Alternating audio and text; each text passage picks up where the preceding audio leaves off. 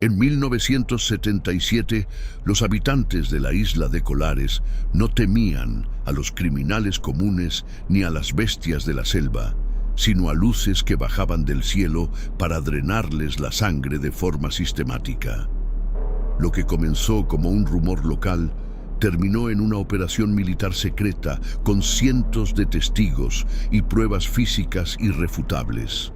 Las víctimas quedaban con marcas de quemaduras circulares y una anemia severa que los médicos no sabían explicar. Esto es Operación Plato. La tranquilidad de la región amazónica se rompió cuando extraños objetos voladores, descritos como naves metálicas o esferas luminosas, empezaron a asediar a la población civil durante las noches. Los lugareños bautizaron al fenómeno como el chupa chupa, debido a que los rayos de luz parecían succionar la energía y el fluido vital de quienes tenían la mala fortuna de cruzarse en su camino. El pánico se extendió rápidamente, provocando que muchas familias abandonaran sus hogares por miedo. Los ataques no eran alucinaciones colectivas, pues dejaban tras de sí evidencia física dolorosa. Las personas afectadas presentaban quemaduras de primer grado y pequeños orificios en la piel que parecían pinchazos de aguja. Lo más inquietante era el estado de debilidad extrema que sufrían los heridos después del encuentro. La doctora Welaide Sesim Carvalho, quien atendió a decenas de estas víctimas, confirmó que los pacientes mostraban signos claros de una pérdida de sangre masiva y real. Ante la escala de los eventos y el clamor de una ciudadanía desesperada, la Fuerza Aérea Brasileña decidió intervenir creando un grupo de investigación oficial. Bajo el mando del capitán Uirangue Joyanda, se desplegaron soldados equipados con cámaras fotográficas, filmadoras y radares de alta tecnología para captar cualquier anomalía en el espacio aéreo. El objetivo inicial era desmentir los mitos, pero lo que los militares encontraron en la selva cambió su percepción para siempre. Durante 4 meses, el equipo militar documentó sucesos que desafiaban todas las leyes de la física conocida. El capitán Ollanda relató posteriormente cómo observaron naves nodrizas de dimensiones gigantescas saliendo de las aguas profundas del río Amazonas y moviéndose a velocidades imposibles de alcanzar por cualquier aeronave terrestre de la época. Los registros incluían más de 500 fotografías y varias horas de metraje en 8 milímetros que mostraban luces inteligentes. La interacción no siempre fue a distancia. Los soldados reportaron que las luces parecían reaccionar a su presencia y en ocasiones intentaban establecer una especie de contacto visual o tecnológico. Sin embargo, el ambiente general era de una hostilidad contenida o de una indiferencia absoluta por parte de los visitantes hacia la soberanía humana. Mientras los militares grababan, la población seguía sufriendo ataques nocturnos que las patrullas no lograban detener de ninguna forma. Uno de los testimonios más desgarradores provino de una mujer que fue alcanzada por un rayo verde mientras dormía en su hamaca. Ella describió una sensación de calor intenso y una parálisis total que le impedía gritar por ayuda mientras sentía que algo era extraído de su pecho. Al día siguiente, los médicos encontraron 2 marcas circulares sobre su piel y un nivel de hemoglobina alarmantemente bajo. Casos similares se multiplicaron por toda la isla, generando un éxodo masivo de gente. La Operación Plato fue cancelada abruptamente a finales de 1977 sin una explicación oficial coherente para el público. Los archivos fueron clasificados como secretos de seguridad nacional y se ordenó a todos los participantes guardar silencio absoluto sobre lo que habían presenciado en Colares. Durante décadas, el gobierno brasileño negó la existencia de estas pruebas, dejando a las víctimas sin justicia y al mundo sumido en la duda sobre aquel extraño suceso. El misterio tomó un giro oscuro en 1997, cuando el ya coronel retirado Uriranke Ollanda decidió romper su silencio. En una entrevista grabada, el militar confesó que los objetos eran reales y que no pertenecían a ninguna nación de la Tierra. Pocas semanas después de dar estas declaraciones explosivas, Ollanda fue hallado muerto en su habitación en circunstancias muy extrañas.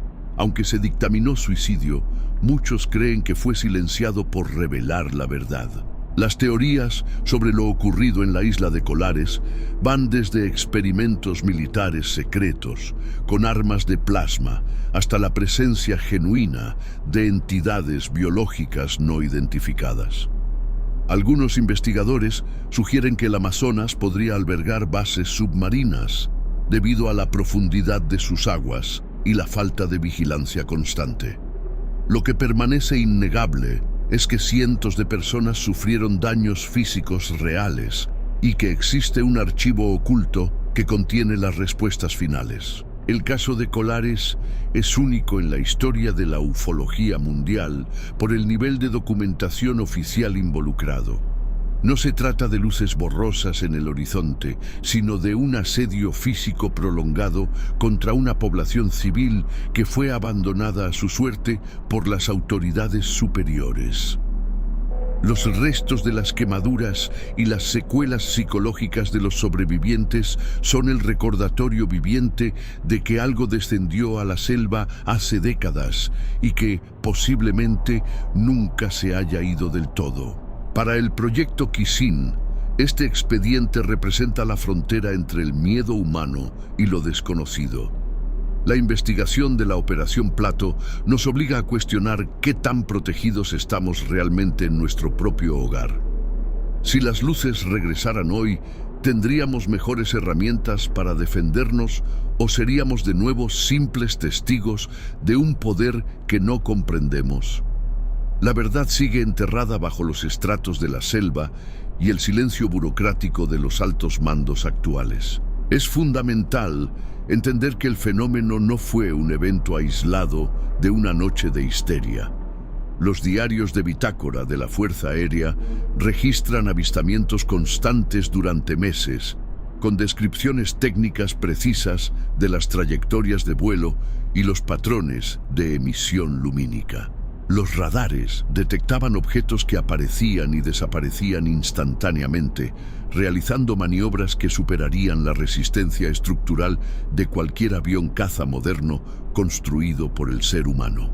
Las víctimas del Chupa Chupa a menudo describían que los objetos emitían un sonido similar al de un motor eléctrico o un zumbido de abejas justo antes de atacar.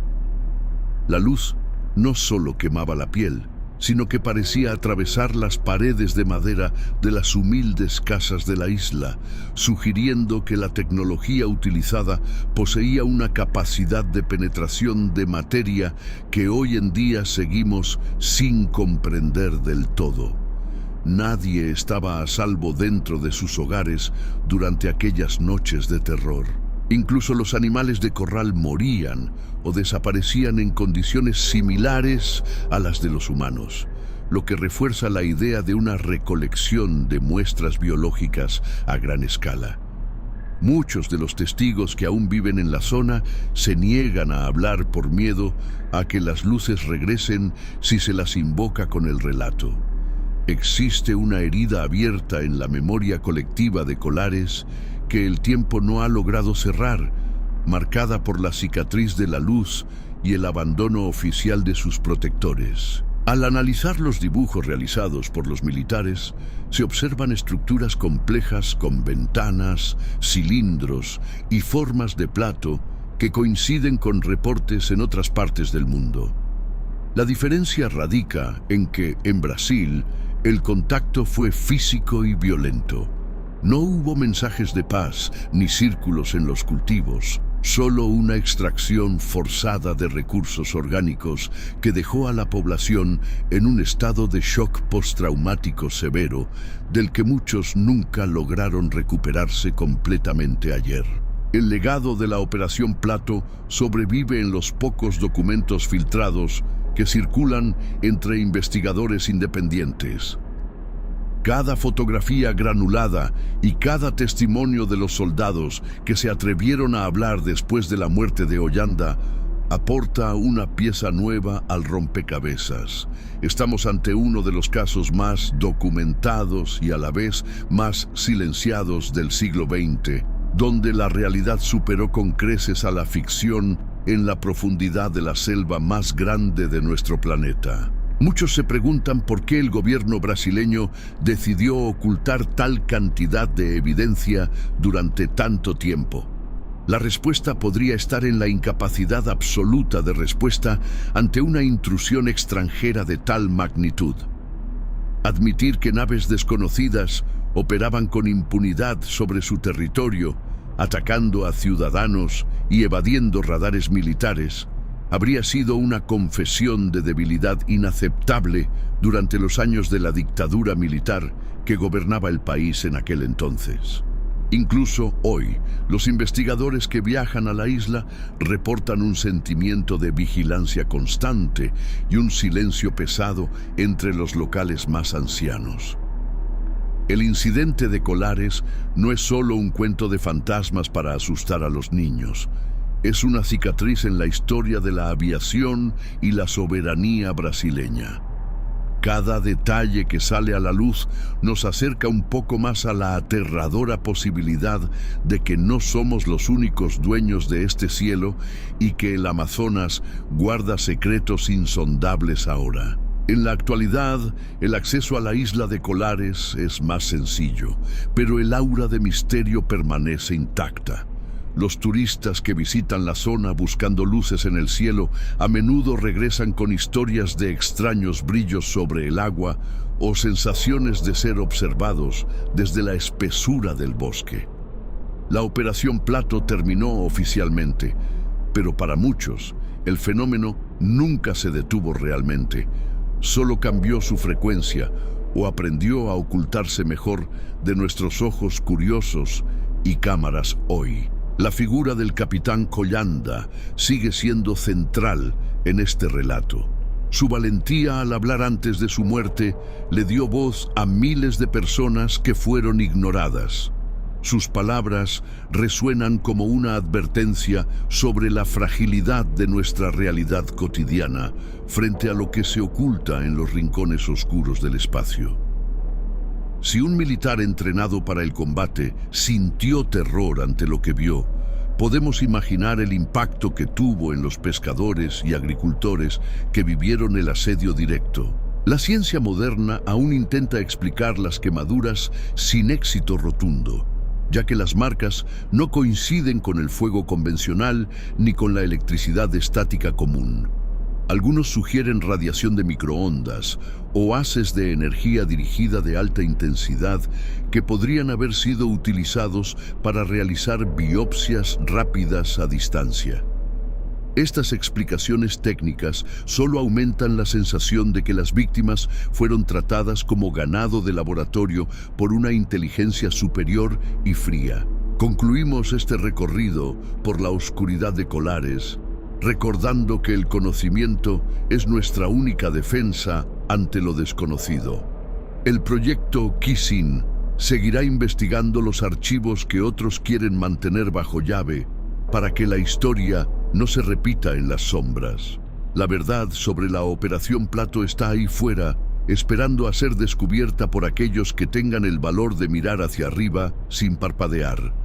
Lo que ocurrió en 1977 es solo el inicio. Para entender la magnitud del terror, debemos visualizar la geografía de Colares.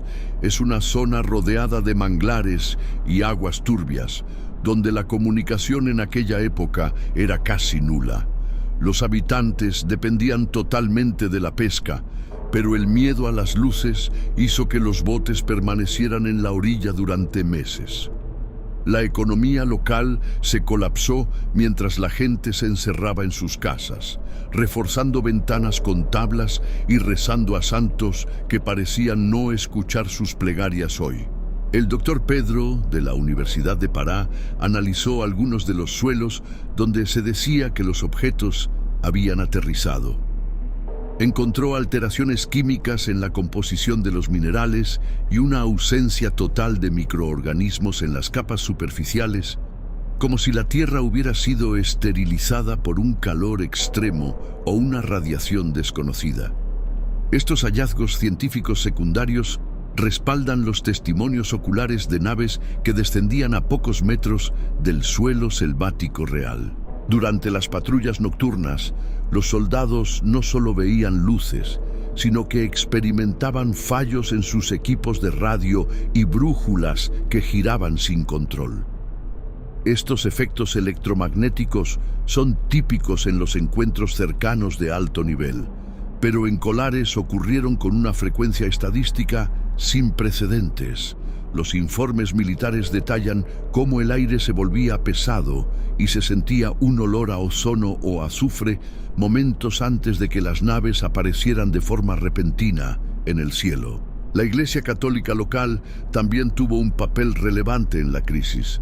Los sacerdotes realizaban procesiones diarias pidiendo protección divina, pero muchos fieles perdieron la fe al ver que incluso las iglesias no eran refugios seguros frente al chupa-chupa. Algunos clérigos sugirieron que las luces eran manifestaciones demoníacas, mientras que otros, más pragmáticos, intentaron colaborar con los militares para entender la naturaleza física de lo que estaba diezmando a su comunidad local. En los archivos desclasificados parcialmente en el año 2004, se mencionan avistamientos de seres pequeños que salían de las naves después de aterrizar.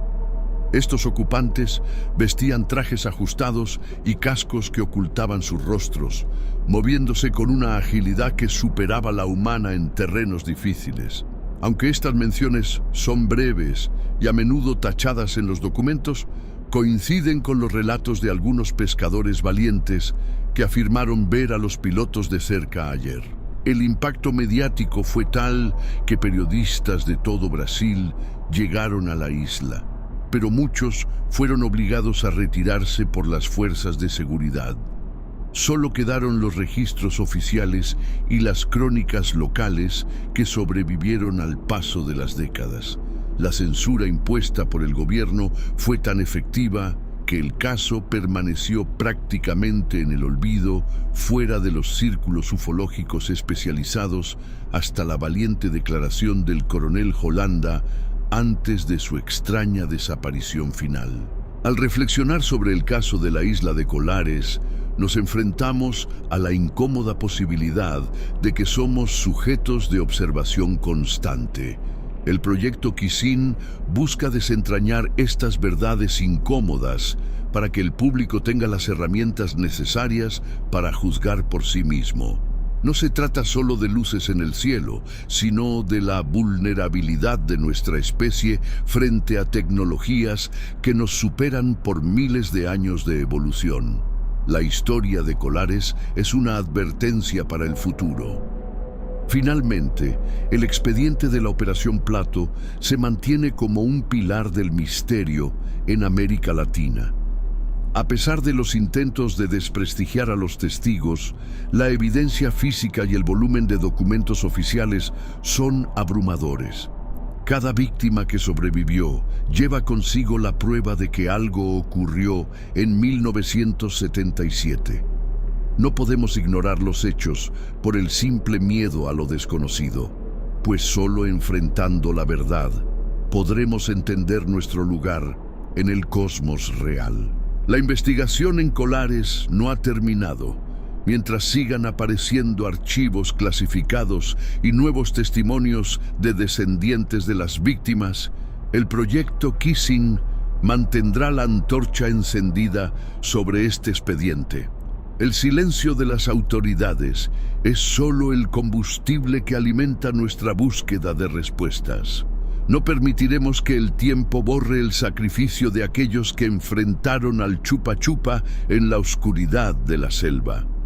La verdad está más cerca de lo que crees ahora. Si este caso te ha dejado con más preguntas que respuestas y quieres seguir explorando los expedientes más oscuros de la historia, te invitamos a que te suscribas a nuestro canal.